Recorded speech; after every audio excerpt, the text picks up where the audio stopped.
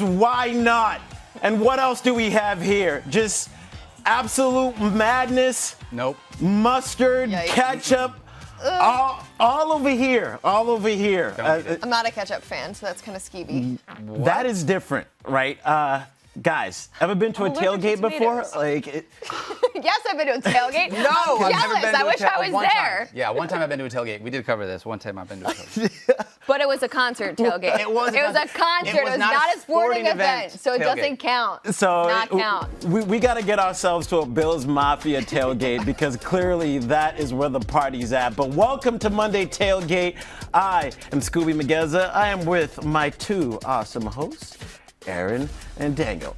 Now, we got plenty to talk about after a historic week 2. We saw some comebacks. Crazy. We saw some video game-like statistics, but we got a doubleheader tonight, and things are going to continue to go down. So first, we have the Titans and Bills. Daniel, thoughts on the matchup? Yeah, so I'll tell you what. For the Titans, the number one thing that I'm watching is Treylon Burks. Have you watched all the other first-round wide receivers in the league so far? They have been unreal. Drake London has been fantastic. Garrett Wilson lit it up this week. Jahan Dotson, I think he's had 3 touchdowns so far from that standpoint. Who else do we have? Chris Olave absolutely stretched the field with Jameis Winston. He's the last guy that I want to see him unlocked, and Derrick Henry and this team absolutely needs that. On the other side of the ball, we got to figure out what's going on with the running backs. Like here in Buffalo, Devin Singletary was the guy, almost 60% of the snaps last time, but we all were excited about James Cook. Remember the second rounder? We're all super excited to see him. Dalvin Cook's little brother, yeah. That's right. Only played 5% of the snaps last week. So excited to see how that's going to play out here in week 2. We'll see what happens. Yeah, Dontre Hilliard is out for the Tennessee Titans, so maybe we will see Burks get a little bit more involved. Yep. Our second game is going to be the Eagles and the Vikings, and there's a particular storyline centered around this game, centered in on the wide receivers. I think we have a tweet back from January that pretty much sums up how Eagles fans feel. Can we bring that up real quick? Man. There's probably a couple of these. Yes, Yeah, there it guys. is. Yeah, it's around Jalen You Reagor don't and Justin understand. Jefferson. You do not understand. This is our resident Eagles fans, Erin Dolan. Your thoughts on the matchup? My thoughts on the matchup, the Eagles are clowns, and I can say that because I'm a fan. Sometimes we are. How do you pick Jalen Reagor? Like, the camera was on Justin Jefferson the entire time because they thought he was going to pick them. He didn't. Yeah. They did not. I don't know what's wrong with them. He's going to come in with a vengeance tonight. And Jalen Reagor, obviously, as we know, is on the Minnesota Vikings, but at the same time, Yeah. You see it. Yeah. Eagles fans, Don't get me heated. this is how they feel about that. Don't get me heated. It's too early in the show. We've already got a good energy going on here, so let's get things going to a higher level by bringing in our boy Jason Fitz, enjoying himself a nice, what is that, a Snickers? Look, I'm eating my feelings, y'all. I'm still worried about yesterday. I got all the Snickers I could probably. I need all of this. I'm still hurt. I got nothing, Scooby. All right, take it away. Fitz is a Raiders fan, and for those that watch a game, they blow a 20-point lead against the Cardinals. Too soon! It's too soon! All right, so we're going to do Monday Memes recap Sunday's action the best way possible through the internet. So let's start with the Dolphins and the Ravens. There were video game-like numbers in that game, and all fantasy managers were dancing because I had Lamar Jackson on my team, so he carried me to victory. Tua was going crazy, and there was just all-out balling. Wow. Daniel, thoughts on Tua and Lamar? Okay, so first off, Tua and Lamar were both unreal. This meme, you can tell Tua was in a 6-point per passing touchdown in this league because I love Tua. What Tua did was unbelievable. One of only 10 quarterbacks ever to throw for 450 passing yards and 6 touchdowns. The other ones, Big Ben, Drew Brees, Joe Montana, Joe Naismith, Y.A. Tittle, Joe Namath. Think about all the fantasy names we could do with Y.A. Tittle. And Matt Flynn is the last one. They're not all winners. Flynn. Don't worry about it. They're not all winners. All right, but what Lamar did on Sunday is more special. He's one of only 4 players ever to throw for 300 passing yards and have 100 yards on the ground. Never mind, he also threw for multiple passing touchdowns and got in the end zone with his feet at the same time. What he did is unreal. Both of these guys you cannot say congratulations enough. What we saw is just next level historic. Oh my Lord! Yeah. Pay that man. Why aren't they paying him, Aaron? I don't understand. Why aren't they paying him? Because they haven't agreed. That price tag Both just sides. keeps going Yeah, up. They're all going to get paid. It's going higher and higher and higher. He's going to get the bag. It's fine. Both those As long as he guys, does stay Tua healthy. and Lamar, are both going to get that back. Like both those guys got themselves paid yesterday. I'm just saying. Tell me about it. What an entertaining matchup it was. Tua, 4 touchdowns in the fourth quarter, 199 yards, and you got that duo and those wide receivers. They are scary, but they weren't the only team to blow a fourth quarter lead in the Ravens. How about the Cleveland Browns and the New York Jets? As we all know, Robert Salah said he's got receipts, and those receipts are CVS receipt type vibes coming back they were down 13 with less than 2 minutes to go. Yes. And oh my Lord, I don't know how the Jets did it, but Jets, Garrett Wilson, phenomenal day as a rookie. 8 catches, 102 yards, 2 touchdowns. Aaron, thoughts on this matchup? I mean, it was absolutely wild. They also, just to mention, since you said the 13-point deficit in the 2 minutes, first team to overcome a 13-point deficit in the final 2 minutes since 2001. I was 4 years old at that time. Think about that. Wow. That was forever ago. Wow. I was just turning 5, but still, it was a long, long time ago. So, but when you look at that receipt with the CVS, sometimes I don't like going in there because it is a little bit overwhelming. You never walk into CVS without spending at least $50. There's a lot of coupons over there on that receipt. Isn't that the whole Easily. point of it? Yeah. Easily. I'm still shook by the 4-year-old thing, by the way. I'm at it. Dopp, let's go to the retirement home after this thing's done. That was somebody get me a uncalled walker. I'm going to go over there. Yeah, and guys, we might have written off the Jets, but, there's some people in the Flacco family that are also doubting Joe Flacco. What? Yeah. I come home, my kids are like, Dad, you stink. You guys lost again. It's like, because you lost 30-10. I'm like trying to tell my son one thing about listen, you're hitting the ball, you gotta get some blows, you gotta be able to get your timing right. You look at your arm, well, you stink. You're not good at it. First and only time I Googled Joe Flacco video. Joe Flacco highlights. Oh my gosh. Tough family conversation at dinner. Oh, yeah. Well, the family is the one that's going to keep it 100 with you, right? They're not going to lie. Keep you humble. They're going to tell you the truth. And Fitz, I'm going to tell you the truth right now. What the Raiders did yesterday was not pretty, right? So, their fourth quarter comeback was, it wasn't seen by some Raiders fans because for some apparent reason, as soon as they got up, and they have that beautiful stadium, they were popping bottles. Raiders fans, what are we doing?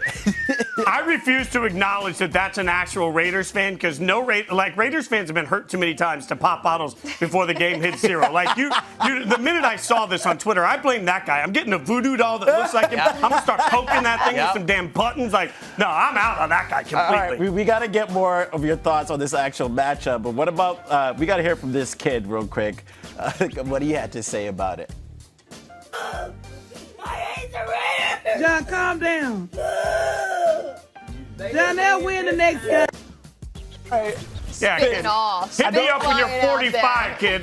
You think it's bad now. Yeah, Get to my age. Then start talking to me about it. Look, I am used to this. I have seen this before. And this, of all the losses I've endured during the regular season, I'm not counting Tuck rules and Super Bowls. Of all the regular season losses I've endured, this was one of the most painful I've ever watched. Kyler Murray was an absolute equalizer. I'm still shooketh, right? Absolute equalizer. When he ran around for 473 seconds, don't Google it, that's a fact, to then get a 2-point conversion, you knew at that point that everything was going to go downhill. It's why I can't have nice things, and it's why I drink too much on Sunday. I actually thought I knew as soon as they stopped throwing the ball to Devontae Adams. Do you know, Fitz, Yeah. why did they not I throw the would ball love to to know Devontae this. Adams? No, I would 2 say this, though. receptions. Still got a touchdown. In all seriousness, if you go back and look last year, what happened the first 2 weeks? Derek Carr targeted Darren Waller a ton. Then he realized he was targeting Darren Waller too much. This is sort of what happens sometimes with Carr. I think he comes in with the mindset of where he wants to go. The game plan obviously said go to Mac Hollins, and that's where they were going, which makes no sense considering the money they've spent on Adams, Renfro, and Waller. But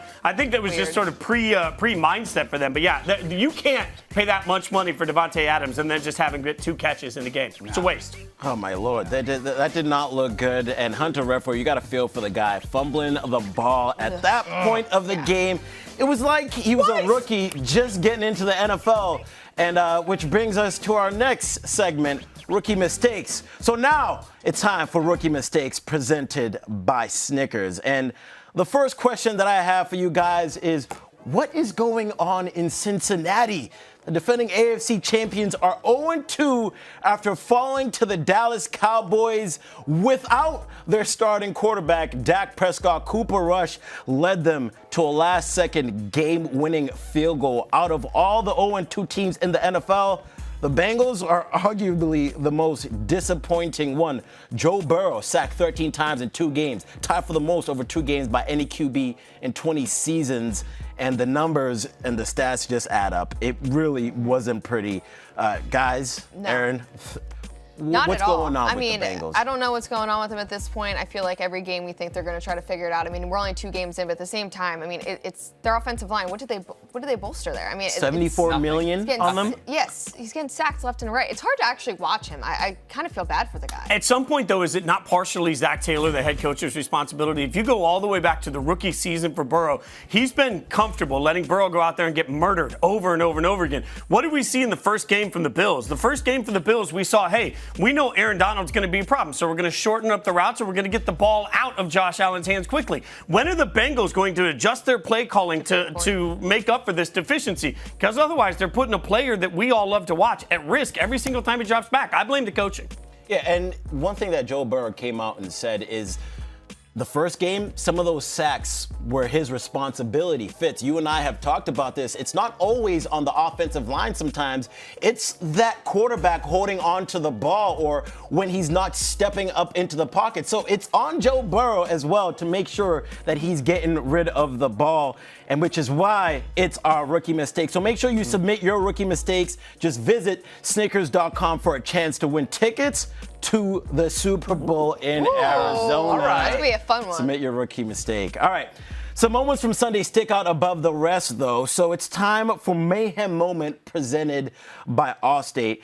And we all heard about the Saints' beef with the Tampa Bay Buccaneers. Yeah. And for some reason, Tom Brady doesn't seem to do too well when he's going against that team.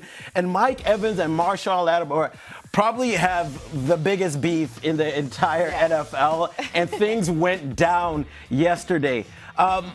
They both got tossed from the game in the fourth quarter for fighting after the whistle, and news broke this morning only one person was suspended from one game, and it is Mike Evans. So, thoughts on this brawl and this beef? And it seems like they need to get in a boxing ring. Yeah. Aaron, you go first. I was just going to say, Mike Evans, he's like the older brother that I needed in high school. Like, I need someone to defend me the way this guy defended Tom Brady. I mean, you don't talk bad to Tom Brady. That's what's going to happen. So I'm not surprised, but it's kind of unfortunate he's going to miss a game because he really needs him, but... This one's tough because I'm totally for standing up for your team, but knowing the history between Mike Evans and Marshall Lattimore, it felt like this was more about taking a shot than it was about standing up for the quarterback. But I don't know, like it's an emotional game. Football's really tough. I've never been out there, you know what I mean? So I talked to Jeremy Fowler, ESPN NFL insider, earlier today, and he said the league looked at this from every possible angle. And as they looked and they listened to the microphones on the field, they felt that the only reason that Evans was suspended is because as much chirping as was happening, nobody was crossing a line. And it was actually Evans. He said, expect to see other fines coming down for the Bucs players. They were trying to instigate this fight from the outset, in the opinion of the league. So let's see where that goes. Yeah, and the reason why Evans ends up being the only one suspended here is because he wasn't even involved in the play. He was on the sideline. So he ran from off the sideline. And Aaron, you just talked about that brother that wants to protect you. Mike Evans wasn't even involved. He hasn't even come into contact with Lattimore for some odd minutes. And he said, "What? You pushed my teammate?" Dude ran off the sideline and knocked him to the floor. So they deemed that it was dangerous since Lattimore did not see him coming, and that could have resulted in injury. I don't understand why he didn't just wait to get to the sideline like Tom Brady did. Because Tom Brady just waited to the sideline in order to get upset. I don't know if you guys saw this, but when he got over there, he had this Microsoft Surface that he just absolutely destroyed. It's not the first time that it's happened either. We've watched Brady do this before. All advertisement's good advertisement, whether you're smashing it or not. Yeah. What it's worth. The rubber that they have around those tablets must be indestructible because Tom Brady is throwing those to the ground like he's trying to throw a touchdown pass. Because I don't understand what he has beef with them. He did them last year, same matchup as you mentioned. Yeah. And they're just going to say he's passionate. Tom Brady is passionate, y'all. He's not being reckless on the sideline. But if it was any other quarterback, it'd be interesting to see what they say. Does he have like a tablet manager too that sits there and has like a whole stack of them for Brady? It's like, broke another one. Here we go. All right, so we got more mayhem from Buffalo, and the parents are maybe upset about this. Who knows? But we know that Buffalo likes to tailgate. With this 7:15 p.m. kickoff, there's 2 school districts that gave their students a half a day and said, yo, it's football Love holiday here. Love this. Yeah. We are taking a day off. I have my feelings about this. Bad Daniel, feelings? what are your feelings? I'm going to let you guys talk about this because I have my Disagree. feelings. How could you say this is a bad thing? I mean, I'm from Philly, but No they wouldn't days do off. this. But No. I'll tell you why. no. This is amazing because this is what the NFL and sporting events are about, a community coming together Yep. and being able to have this bonding moment over something so awesome. Who cares if it's a half day for one day of school? You used to be able to go out and these are like memories. This is part of what you do, man. You remember the memories over the schoolwork. 'Cause I don't remember Absolutely. anything from grade school, high school, whatever. Did you get any days off in Philly? Did No. the Raiders give days off? It must. I don't know. But I don't know. I do think No Doc's days right, off. though. Like, you think about generational fandom. Like, sometimes generational fandom, like, little kids are going to become Bills fans that aren't already just from That's this a moment great of point. remembering Very it. Like, great point. I think this becomes where the NFL can win, not just now, but also for years. Like, I'm a Raiders fan because I watched games with my dad growing up, That's right? Like, right. how many kids are that way and will have that experience tonight? Well, there's one guy who completely stands against this, which is why I stand with him when it comes down to having days off. Play the sound.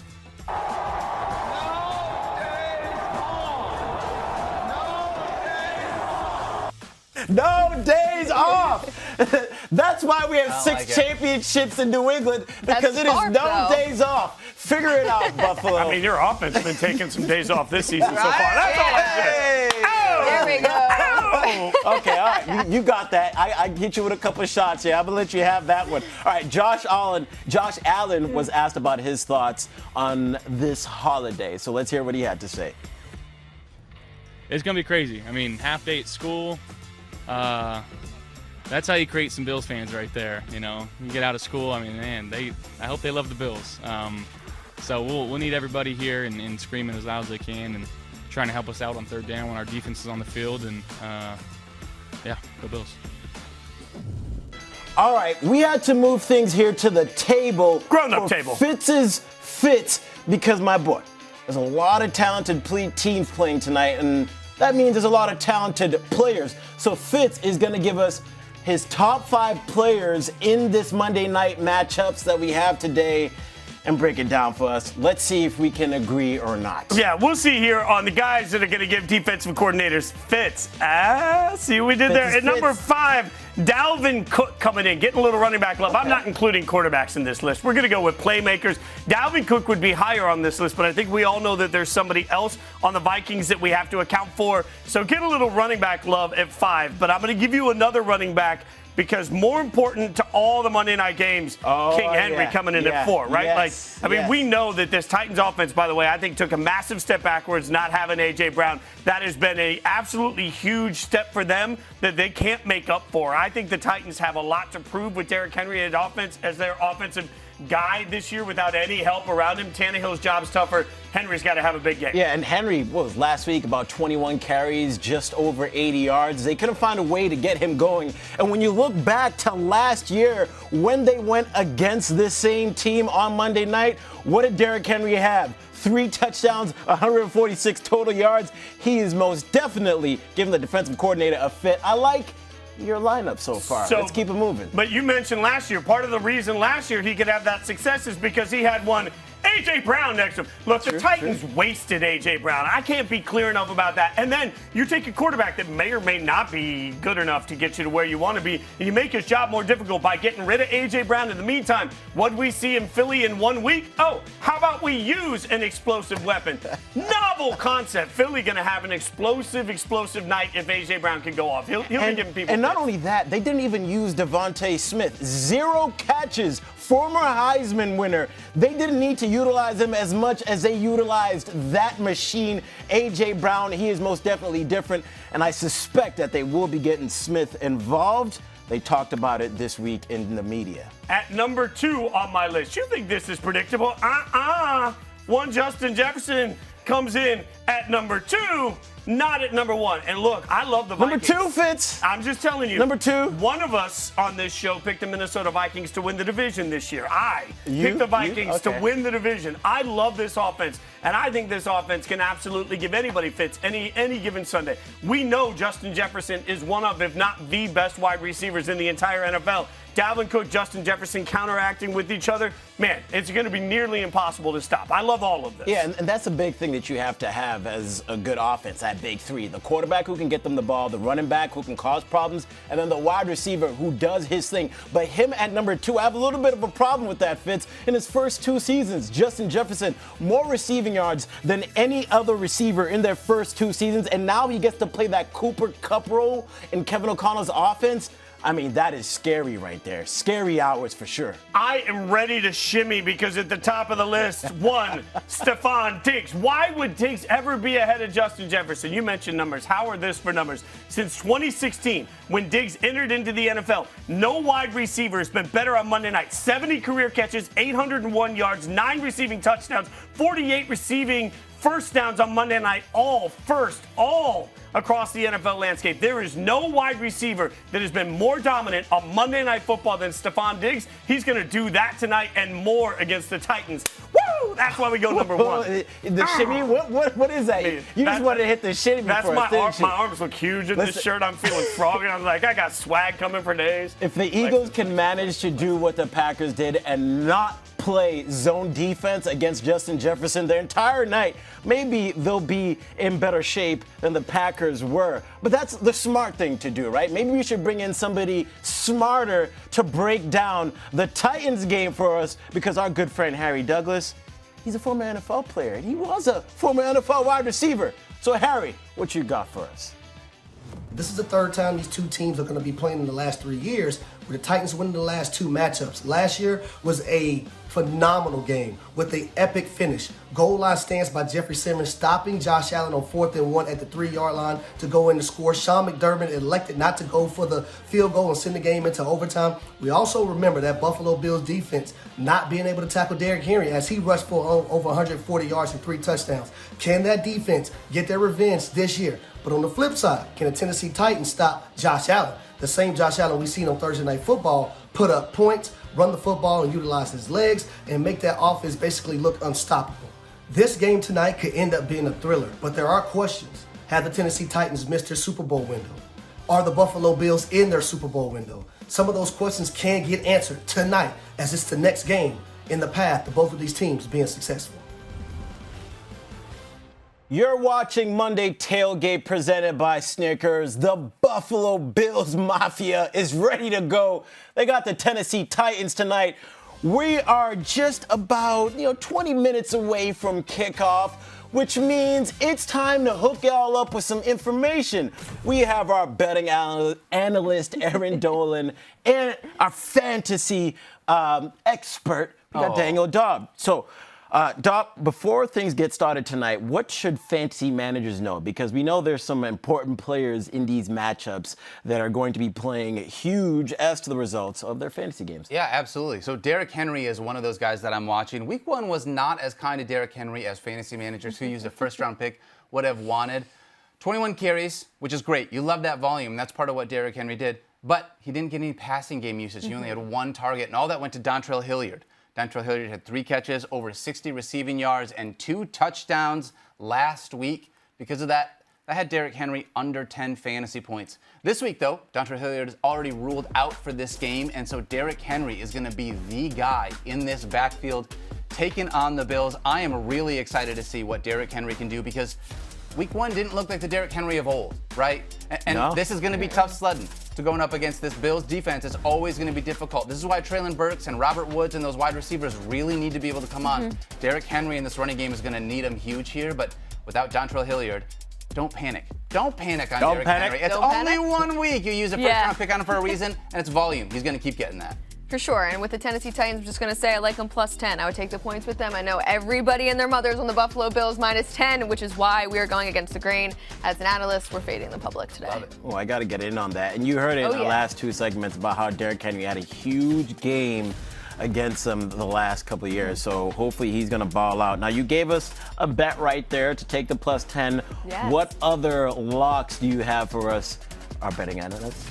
All right, we're going to go with the prop bet, A.J. Brown to score a touchdown in this one. So last week, not one receiver, not one scored a touchdown, but there was 4 rushing touchdowns, including Jalen Hurts had a rushing touchdown. I just think in this game, the Minnesota Vikings, who last season, by the way, were 28th ranked against the pass, they've made a lot of offseason adjustments to their defense, but I don't think they're going to be that good. I think people are overreacting to what happened in week 1 in Green Bay, and I think that they're going to be able to probably stop the run somewhat, which is going to make Jalen Hurts throw the ball. A.J. Brown's going to be there. He had 10 receptions, 155 yards. He's a right-hand guy there for Jalen Hurts, so I like him to score a touchdown. I'll tell you one thing. As soon as I saw her put that as her lock for tonight, I bet. What did you do? Because I'm like, she's on fire right now. Let me tell you. I did the same thing. Listen, he looks fantastic. A.J. Brown, and I get small sample size. It's only been 1 week. But when you trade for a superstar wide receiver, this is what you do. You give him the ball, and he is so big. He's so fast. He's great in the end zone from that standpoint. I do want to know what happens with Devonta Smith in this offense, right? We watched him be fantastic last year. Obviously, a ton of pedigree, a former first-round wide receiver, but interested to see. The Eagles got to figure that part out, too, because you can't just go to A.J. Brown. They've got to find a way to work Devonta Smith into the factor. Yeah, so Sirianni said he wants to try and get him involved. It's really his responsibility as the offensive coordinator to make sure that you're getting your guys the ball, and you can't just make him a second thought because you got this brand new shiny toy called A.J. Brown and you just want to feed him the ball as much as possible. But now that we've said all of that, it's time to make some picks for tonight's game. Guys, we were all wrong last week. Yeah. Shocked. First of all, correct scores are so hard to get. The hardest bets to hit, too. Shout out to the staff because they saved us from all of us picking the same game. Well, first of all, let me interrupt you really quickly. I said I wanted to tweet Seahawks money line last week. Did say what that. did you guys say? You said, do not do that. Do not do it. It could be the worst tweet of all time. Yep. Should have done it. So from now on, should have done it. Do the opposite of whatever just we say. Fade me all the time. All right, so what is your pick for tonight? Let's hear it, Erin. All right, which one are we doing first? We're going Titans? Okay. I'm saying the Bills, we're going to go, I'm looking at the wrong thing. We're going to go Bills 27, and we're going to go Titans 18. What am I doing? That's my Eagles-Vikings pick. Eagles-Vikings pick is 27-24. We're going Bills 31, Titans 18. Okay. All right. Dopp, sorry, what is your Titans-Bills? Oh, it's all good. Titans-Bills. Dopp, what it is? Titans-Bills. I'm taking Bills 31, Titans 13, which is a number palindrome. Isn't there a thing where they're like the opposite or something like that? All right. That's not going to help Fitz, my cover. What is Fitz's pick? Fitz sent his pick in as well in this game. Titans at Bills. What do we have here? 38-17. So he thinks it's going to be a blowout. That's high. I think That's it'll very be just a little bit closer, but I did also take the Bills in this matchup. I have that as 28-16. I think they'll be able to compete for a little bit. And our staff, are they going to save us and go the opposite way? Yes, they did. Of course they are. 28-20. Derrick Henry is going to have himself a day. That's what my boy Zach, one of our producers, said. So keep an eye out for that one. All right, our second matchup. Erin, who do you have in this one? I can already guess.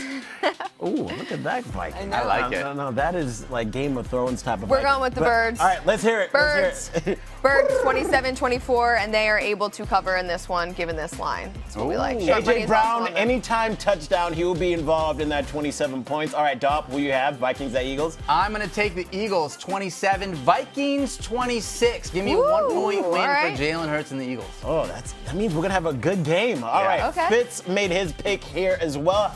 I think he went the other way, 34-31. So we're all thinking it's going to be a high-scoring affair. Yep. I chose the Vikings as well because Justin Jefferson is just that dude, and I don't see them stopping him.